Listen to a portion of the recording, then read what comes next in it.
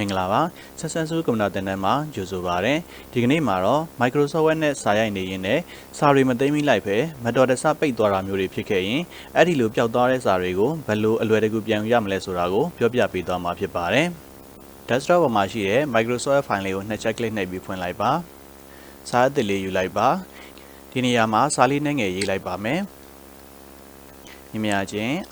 RAND run ခွင်းစာ10ခွင်းလေးပိတ်လိုက်ပါမယ် enter ခေါက်လိုက်ပါမယ်ကျွန်တော်ကစာပိုက်ကို10ပိုက်ခေါ်လိုက်တာဖြစ်ပါတယ်ဗီဒီယိုလေးရဲ့ရှေ့မှာကာစာချပါမယ် enter ခေါက်ပါမယ်စာလေးကိုခေါင်းစဉ်လေးတစ်ခုတက်လိုက်ပါမယ်အဲ့တော့ခေါင်းစဉ်လေးကိုတော့ကျွန်တော်ကဒီလိုလေးရေးထားလိုက်ပါမယ် recover and save document ဆိုပြီးတော့ရေးထားလိုက်မယ်ဖြစ်ပါတယ်ဟုတ်ပြီပြီးသွားပြီဆိုရင်တော့ကျွန်တော်က file ထဲကနေ save မလုပ်ပါဘူးမြားလေးနဲ့ပြန်ထွက်လိုက်မယ်ပိတ်လိုက်ပါမယ်တနည်းအားဖြင့်တော့ကျွန်တော်တို့တွေက don't save လုပ်လိုက်ပါမယ်မ save လိုက်ရဘူးဆိုပါစို့ကိုယ့်ရဲ့ file ကအဲ့လိုမ save လိုက်ရဘဲနဲ့စာရီပြတ်သွားခဲ့ဆိုရင်တော့တဲ့ Microsoft file လေးကိုနှစ်ချက်ကလစ်ပြီးတော့ပြန်ဖွင့်ပေးပါ blank document လေးနှိပ်ပြီးစာရွက်လွတ်လေးတစ်ခုပြန်ယူပါပြီးသွားပြီဆိုရင်တော့ file menu ကိုသွားပါမယ် file menu တွေက info တွေကနေပြီးတော့ manage document ကိုဝင်ပေးပါဒီနေရာမှာ recover and save document ဆိုတာလေးရှိပါတယ်သူ့ကိုတစ်ချက်နှိပ်လိုက်ပါ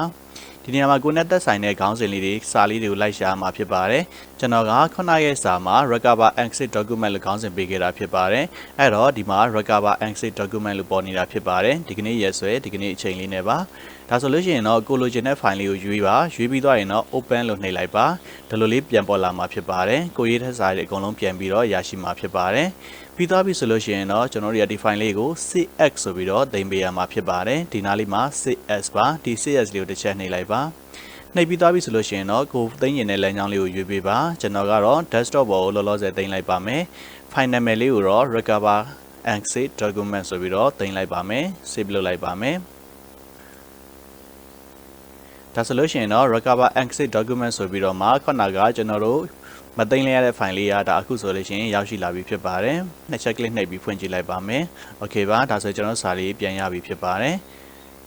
ဟုတ်ကဲ့ပါဒါဆိုလို့ရှိရင်တော့ဒီနေ့ပြောပြသွားတဲ့နည်းလမ်းတွေက Microsoft Word နဲ့စာရိုက်နေရင်းနဲ့စာတွေမသိမ်းမိလိုက်တဲ့အခါအဲ့ဒီလိုပျောက်သွားတဲ့စာတွေကိုလွယ်လွယ်ကူကူပြန်ယူနိုင်ဖို့အတွက်ပြောပြပေးခဲ့တာဖြစ်ပါတယ်ဒီလိုသုံးဝင်တဲ့ဗီဒီယိုလေးတွေကိုနောက်ထပ်လေ့လာဖို့အတွက်ကျွန်တော်ရဲ့ Facebook page နဲ့ YouTube channel လေးတွေကို like and subscribe လေးလုပ်ထားပေးခဲ့ကြပါအောင်ခင်ဗျာအားလုံးကိုကျေးဇူးတင်ပါတယ်